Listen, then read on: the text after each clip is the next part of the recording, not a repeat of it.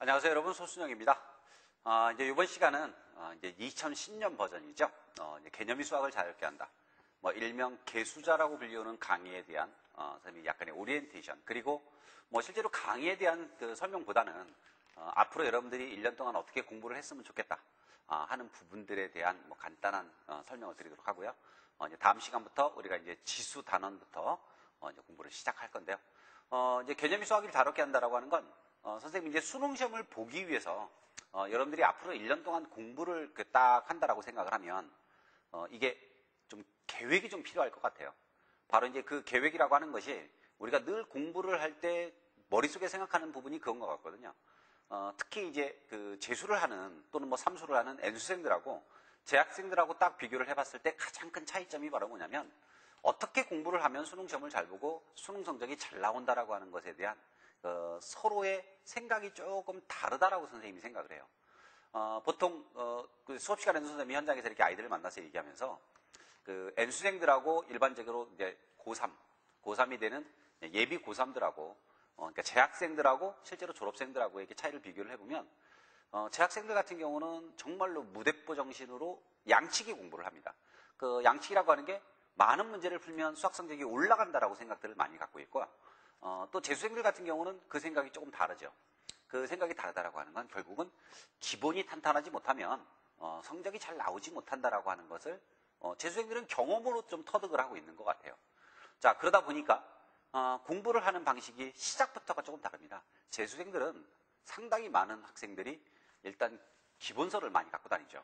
우리가 정석이라든가 또는 수학의 바이블이라고 불렀던 그 신바이블 같은 책 있죠. 이제 그런 책들을 갖고 다니면서 본인이 필요한 부분 또는 잘 모르는 단원들을 끊임없이 반복해서 공부를 해요. 근데 재학생들은 대부분이 문제집이죠. 문제집에 많은 문제를 풀면 공부를 잘한다라고 생각을 해요. 자, 그래서 우선은요, 선생님이 지금 이 설명을 드린 이유 중에 하나가 이 개수자라고 하는 강의가 왜 필요하냐라고 하는 것, 또 어떤 것을 할 거냐라고 하는 것이 사실은 이 지금 예를 들어주고 있는 이 속에 다 녹아 있는 거거든요. 공부를 하기 위해서 문제라고 하는 거하고 내용이라고 하는 거하고 어떤 게 훨씬 더 중요하냐? 그러면 선생님 생각에는 두 개는 동등하다라고 생각을 해요. 문제도 많이 풀어야 되고 내용 공부도 정말로 많이 해야 되고. 자, 그런데 이게 시작부터 이쪽에 치중이 되는 것은 정말로 잘못된 공부라는 거죠. 그러면 두 개의 비중이 똑같다라고 하는 것은요, 시기적으로 봤을 때 여러분들이 어느 쪽에다가 중점을 두느냐예요. 절대로 어느 한쪽을 포기해서는 안 됩니다. 끝까지. 자, 이 포기한다라고 하는 말이 약간의 좀 어폐가 있긴 한데 어느 한쪽을 완전히 무시를 하고 나머지만 해서는 절대로 안 됩니다. 자, 지금 여러분들이요, 예를 들어서 지금 1월달이에요. 그리고 2월달이 있고요, 3월달이 있고요. 자, 이제 쭉 시간이 지나서 나중에 이제 9월달도 되고 10월달도 됩니다. 그리고 이제 11월달에 이제 시험장에 들어가겠죠. 그럼 이와 같이 시간이 내가 공부를 해서 1년 동안 공부를 하는 동안에 시기적으로 봤을 때 1월달과 2월달과 3월달과 4월달과 5월달에 공부할 때와 아니면 9월달, 10월달 공부할 때 이 두 가지 중에 도대체 어느 쪽에 초점이 맞춰져야 되느냐가 좀 다른 거라는 거죠. 1월달에는 문제는 풀지 말고 내용 공부만 해야 된다. 그건 아니라는 거예요. 그렇지만 이 1월이나 2월, 즉 수능 공부를 시작한 초기 단계에서는 이 내용 쪽에 월등히 많은 무게중심을 실어줘야 됩니다. 자, 이제 그것이 지금 선생님이 적고 있는 숫자가 이게 정확한 숫자가 아니기 때문에 예를 드는 겁니다. 자, 예를 들어서 퍼센테이지로 봤을 때 대략적으로 30대 70 정도의 비중으로 내용 공부를 했다.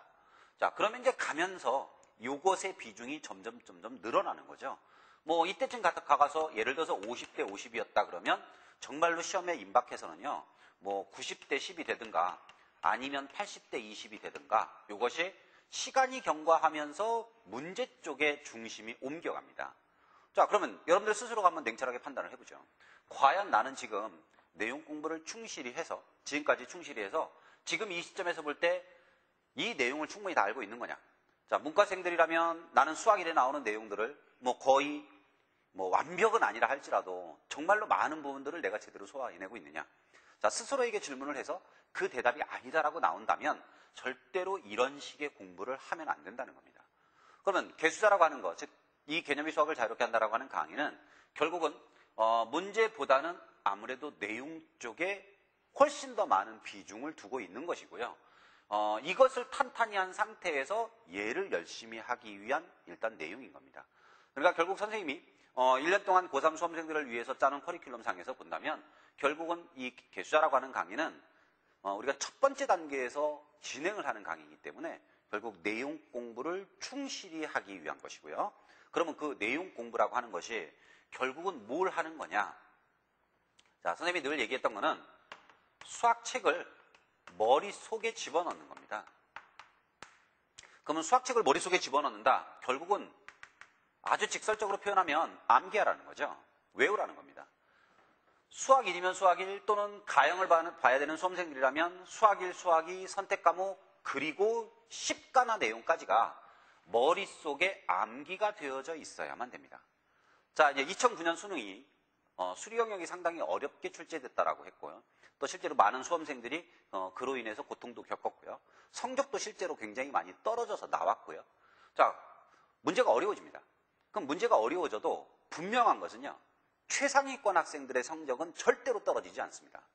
그러니까 어떤 학생이 늘 시도교육청 모의고사라든가 아니면 평가원에서 보는 6월과 9월 모의수능이라든가 여기에서 원점 기준으로요. 96점, 100점을 늘 받던 아이가 정말로 수능시험이 어려워져서 2009년 수능과 같이 문제가 좀 어려워졌다면 그 아이의 성적이 정말로 80점대로 뚝 떨어지는 거냐? 그건 아니라는 거예요. 절대로. 그러니까 우리가 왜 1등급의 학생들이 자 이만큼 1등급의 학생이에요.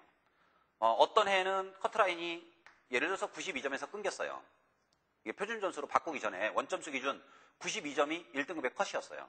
시험이 어려워져요. 그러면 당연히 떨어지겠죠. 이게 떨어지지만 이게 예를 들어서 84점이면 이렇게 떨어졌어요. 그러면 전체적으로 쫙 떨어지는 건 아니라는 거예요. 자, 92점일 때는 여기에 학생들이 골고루 분포가 돼 있던 것이 실제로 이렇게 시험이 좀 어려워지죠. 그러면 성적이 떨어지는 건 누구냐면 결국은 이 커트라인 근방에 있던 수험생들의 성적이 떨어져서 결국은 커트라인이 내려가는 겁니다. 그러면 위에 정말로 수학을 잘하는 수험생들, 이 수험생들의 성적은 사실은 시험이 어렵고 쉽고에 상관없어요. 거의 일정합니다. 그러다 보니까 결국에 시험이 어려워지면 어떤 일이 생기냐면 경계선상에 있던 학생들 중에서 재수없는 경우 하나 찍었는데 틀렸다. 그러면 등급이 바뀌는 거죠. 이 결국에는 1등급을 받았다가 2등급으로 떨어지고 하는 일이 생겨요. 늘 안정적인 1등급을 받던 학생들 같은 경우는요. 문제가 어려졌다고 절대로 등급이 떨어지고 이런 일은 없습니다. 그러면 결국 그 차이는 뭐냐면 얼만큼 많이 제대로 외우고 있느냐의 문제입니다. 대신 저 외우고 있다라고 하는 것이 물론 내용만 완벽하게 외운다라고 해서 문제를 잘 푸는 건 아니기 때문에 결국 이 암기라고 하는 것 속에는 책을 머릿속에 집어넣는 것이 내용도 있고 문제가 있겠지만 기본적으로 책을 머릿속에 집어넣어서 내용을 완벽하게 이해하고 숙지하고 있는 학생들이라면 시험장에 딱 들어가서 수능시험 문제 중에는 우리가 시중에서 보지 못하던 신유형이라고 하는 문제들이 많이 나오잖아요. 똑같은 문제를 할지라도 어떻게 표현하고 어떻게 나타내 주느냐에 따라서 수험생들이 받아들이는 느낌은 다르거든요. 근데 그것이 완벽하게 내용 정리가 되어져 있는 수험생들이라면 어떻게 모양을 바꿔놓는다 하더라도 그걸 다 가려낸다는 거예요. 근데 그게 아니고 실제로 어떤 내용이 머릿속에 정확하게 자리 잡고 있지 못하면 앞뒤 문맥을 바꾸거나 아니면 표현을 바꾸면 이게 굉장히 낯설어지고 정말로 문제가 어려워지기 시작합니다. 자, 그래서 어쨌든 수학을 여러분들이 잘하기 위한 첫 번째 걸음은 바로 이거예요. 책을 머릿속에 집어넣는 겁니다. 그럼 어떻게 책을 머릿속에 집어넣는 거냐? 머리에 지퍼가 달려서 열고 책을 갖다 집어넣는 것도 아니고요. 결국은 여러분들 스스로가 노력을 해야죠. 노력을 해야 되는데 선생님들이 도와줄 수 있는 거는 가장 효과적인 거잖아요.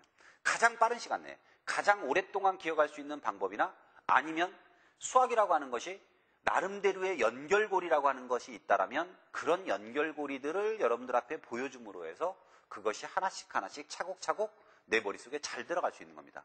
예를 들면 이런 거잖아요. 우리가 수학 1에서 1단원에서 지수와 로그라고 하는 걸 배웁니다. 자, 그러면 선생님이 지수와 로그 단원을 설명할 때 물론 로그라고 하는 거는 일단 지수가 끝나야만 되는 거니까 예를 들어서 이 지수를 그러면 어떻게 설명할 것이냐. 그러면 지수를 우리가 교과서를 딱 펴보세요. 딱 피면 어느 책이든지 간에 제일 먼저 뭐가 등장하냐면 거듭제곱 근이라고 하는 것이 등장합니다. 그럼 여러분들이 거듭제곱 근이 뭐냐를 알려주는 것은 어렵지가 않다는 거죠.